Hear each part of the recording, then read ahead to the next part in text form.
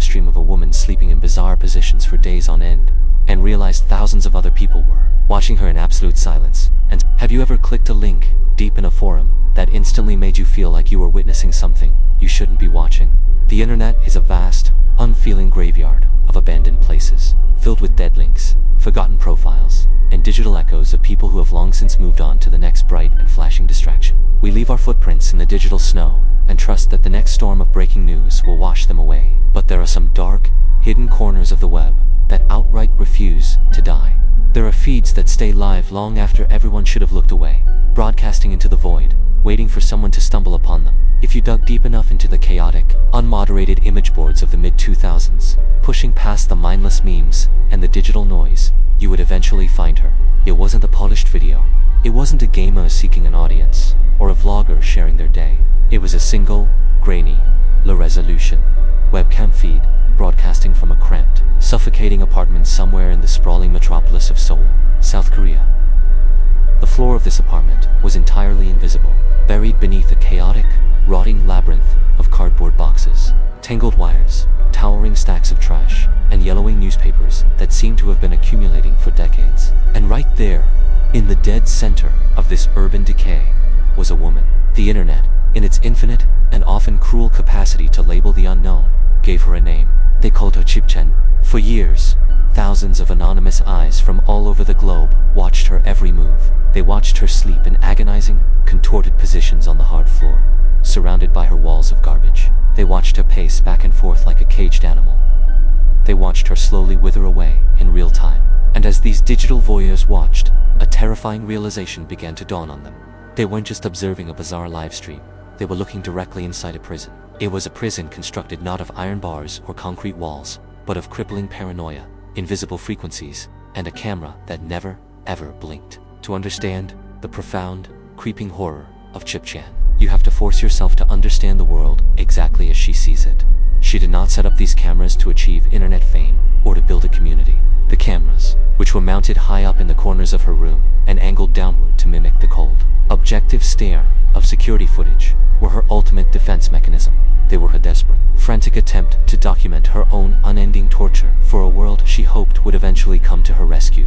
According to the sprawling, fragmented, and deeply disturbing blog posts she managed to upload, her actual life ended abruptly in the year 1999. She claimed that she was targeted by a powerful, malevolent man she referred to only by the initial P. She described him as a corrupt police officer, a man with deep state connections who somehow broke into her life, incapacitated her, and surgically implanted a very chip directly into her ankle.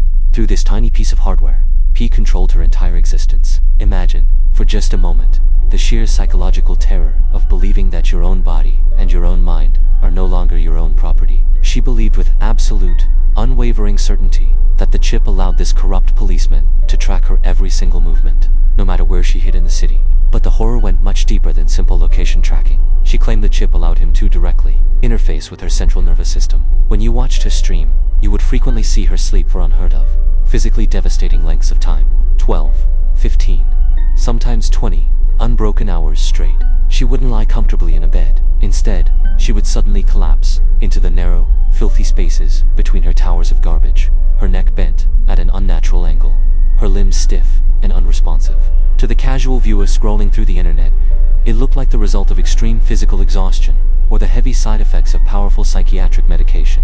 But to Chipchen, she wasn't sleeping. She was being forcibly turned off.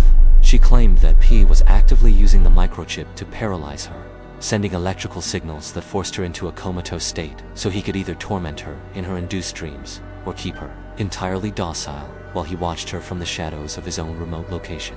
It is incredibly easy from the outside to dismiss this entire narrative as a case of profound, completely untreated, paranoid schizophrenia, viewing it as nothing more than a profound tragedy of severe mental illness unfolding in total isolation. But here is the exact moment where the story shifts from a sad psychological case study into a living, breathing, interactive nightmare. Chipchen believed she was being constantly, relentlessly surveilled by a shadow entity, dissecting her every move. And because of the nature of the internet, she was absolutely right. When the users of 4chan and other underground forums discovered her continuous stream, she instantly became an object of morbid, obsessive fascination. Thousands of anonymous users began tuning in every single day, They recorded her movements. They debated the reality of her existence. They formed digital search parties to hunt down her true identity. These viewers, strangers from thousands of miles away, inadvertently began to act exactly like the omnipotent monster she feared was ruining her life. They dug deep into Korean real estate records. They meticulously analyzed the precise angle of the sunlight hitting her dirty window, cross-referencing it with the Seoul skyline to triangulate her exact address. Imagine her unrelenting terror. You are locked inside a filthy room, terrified beyond belief of a corrupt government entity watching you through your walls. You look at your computer monitor, your only lifeline to the outside world, and you see that your private IP address has been leaked on a public forum. You see actual photographs taken from the street level outside your building, looking directly up at your specific window. The internet did not cure her paranoia or save her from her delusions. The internet enthusiastically validated them. The collective audience of the World Wide Web became the corrupt policeman. If you sat in the dark and watched her feed long enough, the true, skin-crawling creepiness of the situation would eventually seep into your bones. It was the crushing, oppressive, heavy silence of the room. Sometimes, entire days would pass with barely any movement at all. Just the dust motes dancing in the harsh, flickering glare of a single, cheap fluorescent bulb hanging from the ceiling. Then, completely without warning, she would snap awake. She wouldn't stretch her muscles. She wouldn't yawn like a person waking from a deep rest. Her eyes would snap open, wide, bloodshot, and utterly terrified. She would frantically scramble out of her pile of boxes, rush over to a cluttered desk, and grab a jagged piece of ripped cardboard. With thick, black markers, she would furiously write desperate, pleading messages in Korean, holding them up perfectly squarely to the security camera lens. I have been paralyzed since yesterday. He is making me sleep. Do not let them cover up my murder. Please help me. She would hold these makeshift signs for hours at a time, standing completely rigid, staring dead into the unfeeling lens of the camera. Her eyes were hollow, her face gaunt and pale, her expression completely void of any remaining hope. The viewers were left to wonder, who exactly was she holding the signs up for? Was she begging us for help? Or was she communicating directly with him? The invisible captor she believed was always watching. And then there were the deeply unsettling audio anomalies that plagued the archived footage. The microphone set up in her room was incredibly cheap, usually picking up nothing more than the low hum of the Seoul traffic outside her window. But on certain specific nights, late into the early hours of the morning, viewers reported hearing things that couldn't be easily explained away. A quiet, rhythmic scratching sound right at her apartment door. The distinct, metallic click of a doorknob turning just an inch before stopping dead.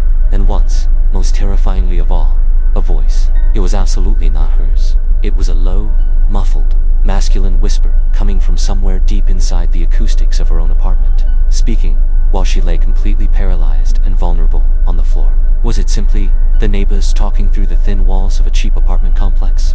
Was it a bizarre audio glitch in the streaming software? Or was the corrupt policeman entirely real, standing completely still, just barely out of the camera's field of view, watching her sleep alongside thousands of internet strangers? Decades passed like this. Think about everything you have accomplished in the last 10, 15, or 20 years. The new places you've traveled to, the people you've met and loved, the entire life you've actively built for yourself. While you were out there living, Chip Chan was trapped inside that room. Year after grueling year, the feed remained online. The streaming technology across the world upgraded. The camera resolution got slightly sharper, but the interior of the room never, ever changed. The cardboard boxes just piled slightly higher toward the ceiling. The towers of trash accumulated further. Her dark hair slowly turned gray. Her fragile frame grew even thinner. The cardboard signs she held up to the camera became more erratic, the handwriting more jagged and frantic as her mind continued to fracture. He internet watched a human being slowly decompose in real time. Trapped like a prehistoric insect in digital amber, she became a permanent fixture of the deep web, a living ghost haunting the narrative of her own life. There were times, of course, when the feed would suddenly go down, the screen would turn pitch black, and the forums would erupt into a state of panic. Users would ask, is she finally dead? Did P finally get her and finish the job? But inevitably, days or sometimes weeks later, the video feed would flicker back to life. It was always the exact same room, the exact same woman, the exact same endless, terrifying loop of paralysis and paranoia. Today, her ultimate status remains a haunting mystery. The original cameras have finally gone dark. The streaming links that used to connect us to a living room are completely dead. Some internet sleuths claim she was eventually discovered by authorities and moved to a secure psychiatric facility. finally receiving the medical intervention she so desperately needed all those years. Others believe a much darker outcome, insisting that she passed away, quietly and alone, on the filthy floor among her cardboard boxes, while a chat room full of anonymous avatars watched her take her final, rattling breath. But on the internet, nothing is ever truly gone. Somewhere out there, buried deep in a forgotten, archived hard drive, on a dusty server spinning endlessly in the dark, her feed is still playing. It is a permanent recording of a woman permanently trapped in a nightmare, staring out through the screen at an audience she could never touch.